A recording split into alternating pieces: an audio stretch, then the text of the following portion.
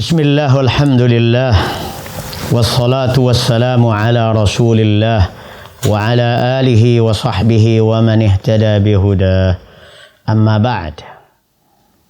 Kita baru saja menyelesaikan pembahasan bab kedua, yaitu fadlut tauhid,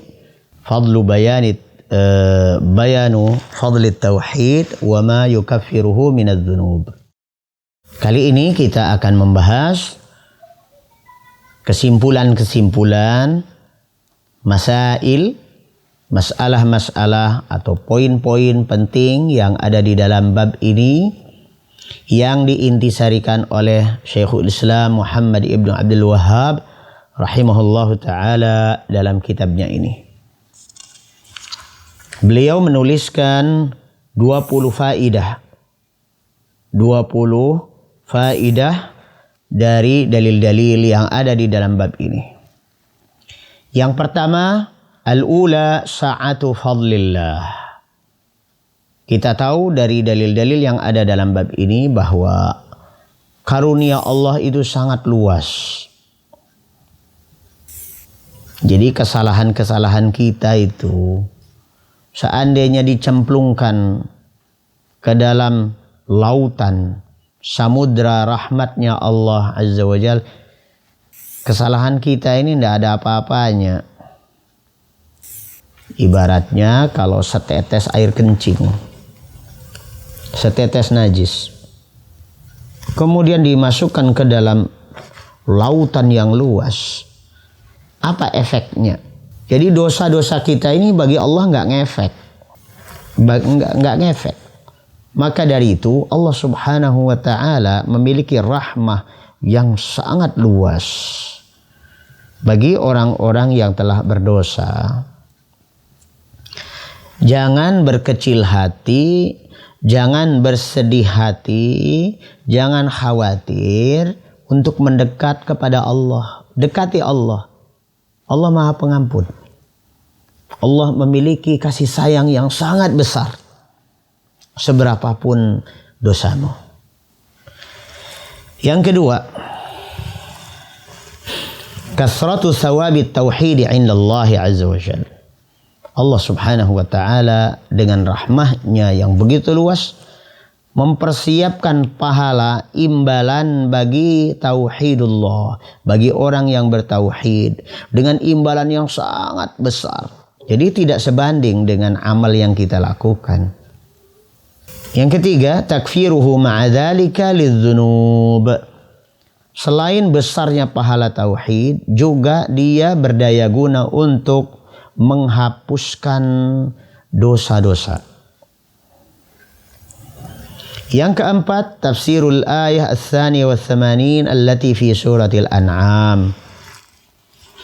Kita sudah bahas ayat tersebut. Kemudian al-khamisah, ta'ammalil khamsal lawati fi hadits Ubadah. Perhatikan dalam hadis Ubadah ada 5 hal yang telah kita bahas, ya, tentang apa saja yang harus kita yakini itu. As-sadisah, annaka idza jama'ta bainahu wa bain hadits Itban wa ma ba'dahu tabayyana laka ma'na qawli la ilaha illallah wa tabayyana laka khata'ul maghrurin. Kalau kita gabungkan, kita selaraskan antar dalil tentang fadilah la ilaha illallah, maka kita tidak akan terlena dengan klaim bahwasanya mewiridkan la ilaha illallah ini bisa masukkan kita ke dalam surga, atau cuma sekedar ucapan saja bisa memasukkan ke dalam surga. Salah, tidak benar. Sekedar ucapan saja tidak. Jadi ucapan la ilaha illallah diyakini di dalam hati kebenaran maknanya, dan diyakini di dalam hati bahwasanya ini harus dilakukan dengan ikhlas karena Allah Azza wa Jal. Kemudian dibuktikan dalam amal perbuatan kita, kita tidak musyrik. Kita taati Allah dan Rasulnya, dan kita tidak musyrik.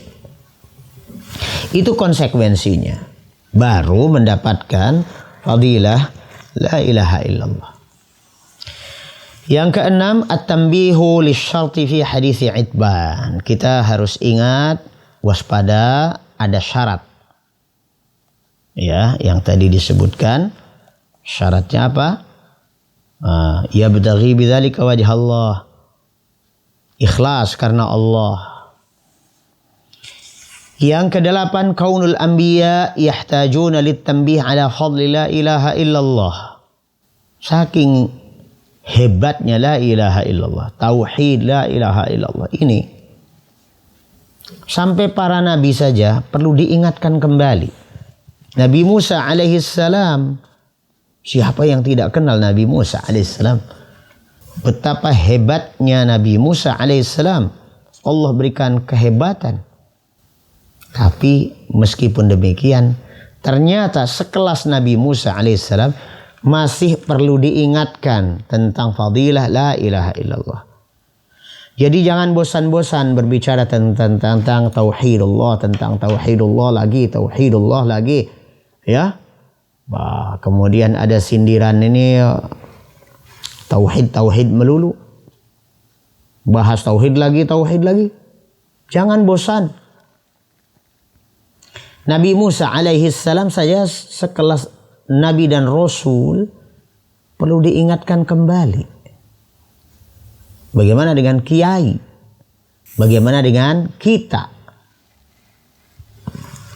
Selanjutnya, at-tanbih li rujhaniha bi jami'il makhluqat ma'a anna katsiran mimman yaquluha yakhifu mizanuh. Subhanallah. La ilaha illallah ini memiliki bobot yang sangat berat untuk bisa mengangkat derajat kita di hadapan Allah Azza wa Jalla. La ilaha illallah ini sangat berfungsi, sangat bermanfaat buat kita. Maka jangan bosan-bosan berbicara dan belajar serta mendakwahkan la ilaha illallah. Al-ashirah an-nassu ala anna al-aradina sab'un kas-samawat. Di dalam nas dalil yang kita baca tadi, di dalam bab ini menunjukkan bahwasanya sebagaimana langit itu memiliki 7 lapis, ada 7 langit di atas kita, begitu pula bumi di bawah kita ini ada 7 bumi. Ini nas. Jadi kalau nanti ada orang bicara tentang geologi, ya, ilmu tentang bumi, Al-Quranul Karim, sunnah Nabi Muhammad sallallahu alaihi wasallam sudah berbicara tentang itu. Di langit ada 7, bumi juga ada 7. Al-hadiyata asyrah anna lahunna ummaran, bahwa semua lapisan langit maupun bumi itu ada penduduknya.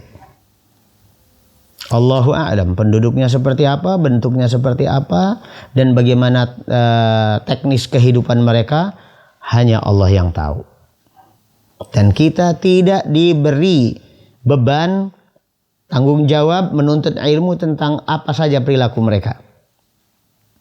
Kita berkewajiban untuk belajar syariah tentang apa yang harusnya kita lakukan dan apa yang tidak boleh kita lakukan.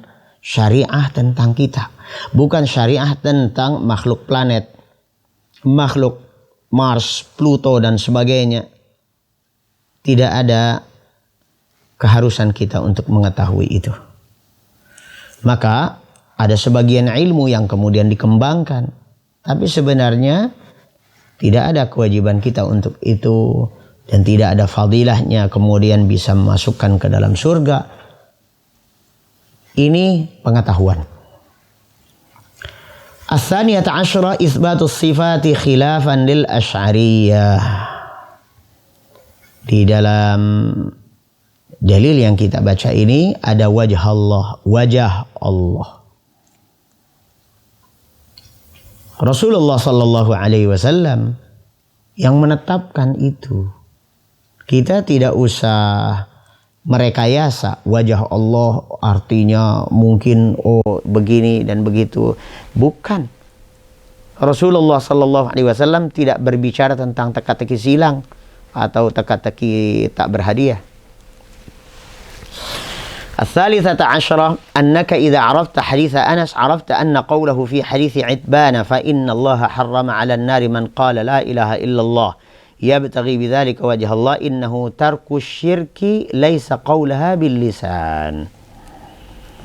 Kalau kita dalami hadis Anas radhiyallahu an dan hadis Itban, dua-duanya, dan ini digabung dalam satu bab ini oleh Syekhul Islam Muhammad bin Abdul Wahhab rahimahullah untuk menunjukkan apa? Menunjukkan bahwasanya yang dimaksud ucapan la ilaha illallah itu bukan sekedar kata-katanya, bukan sekedar ucapannya saja, tetapi lebih jauh dari itu adalah ucapan la ilaha illallah yang diyakini dan diniatkan secara ikhlas karena Allah dan dibarengi dengan meninggalkan syirik kepada Allah.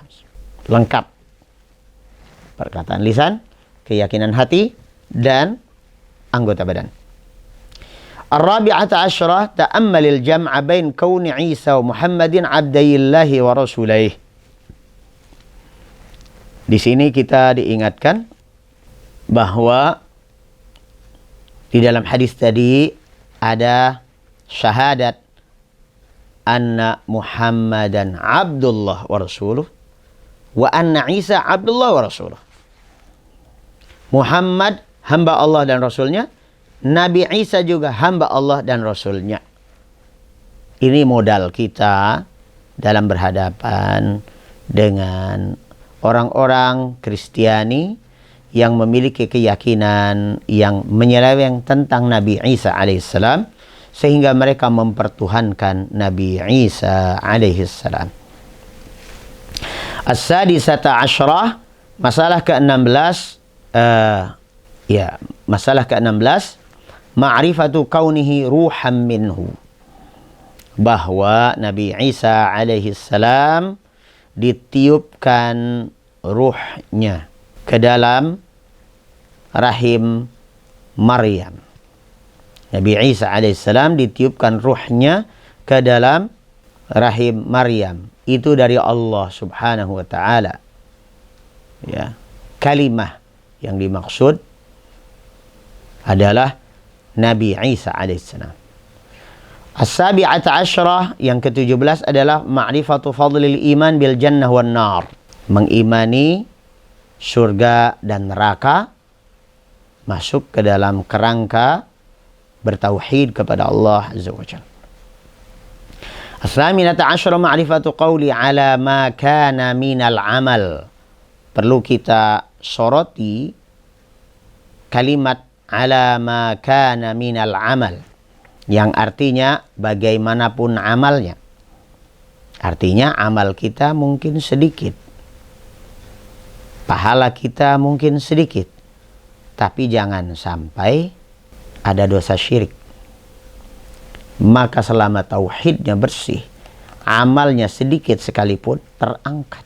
Oleh apa? Oleh tauhidullah, oleh la ilaha illallah. Karena la ilaha illallah memiliki bobot pahala yang jauh lebih besar dibandingkan bobot daripada dosa tersebut.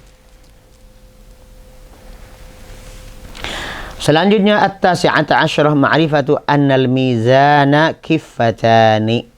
Kita tahu dari dalil ini bahwasanya mizan, timbangan amal di hari akhir nanti itu memiliki dua sisi timbangan. Yang terakhir al-ishrun, masalah ke-20 adalah ma'rifatu dzikril wajhi. Allah subhanahu wa ta'ala memiliki wajah. Dan ini harus kita yakini. Bagaimana kita tidak meyakininya? Allah sendiri yang bicara itu. Rasulullah sallallahu alaihi wasallam berbicara itu. Nah, kita manusia mau lari kemana pemahamannya? Mau ditarik-tarik kemana? Ada yang mengatakan, oh itu tidak mungkin, Allah punya wajah. Kalau punya wajah berarti sama dengan makhluk.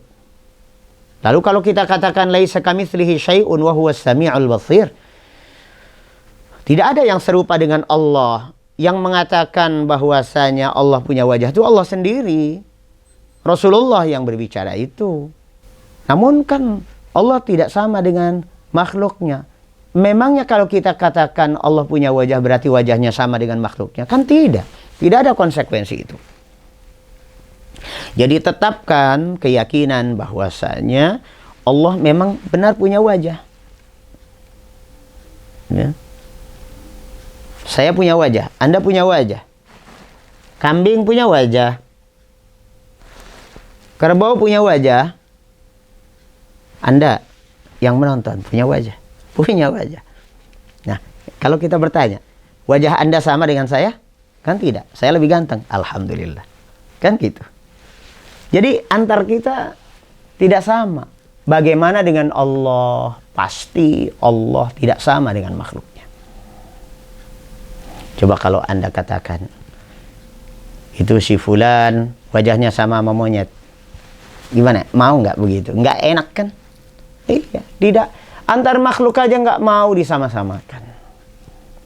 Tapi yang pasti Allah punya wajah. Itu perkataan Allah. Perkataan Rasulullah. Tidak usah disangkal. Dan tidak usah ditarik-tarik dengan rekayasa makna, ditakwil, kemungkinan. Nggak usah pakai alternatif kemungkinan. Memang Allah dan Rasulnya yang mengatakan itu. Mau lari kemana kita? Semoga Allah subhanahu wa ta'ala ilhamkan ke dalam kalbu kita ruh untuk menerima apa yang Allah wahyukan, apa yang Rasulullah sampaikan. Semoga kita termasuk orang-orang yang mendapatkan hidayah Allah Azza wa Jal dan terus berperilaku istiqamah sesuai dengan syariahnya. Assalamualaikum warahmatullahi wabarakatuh.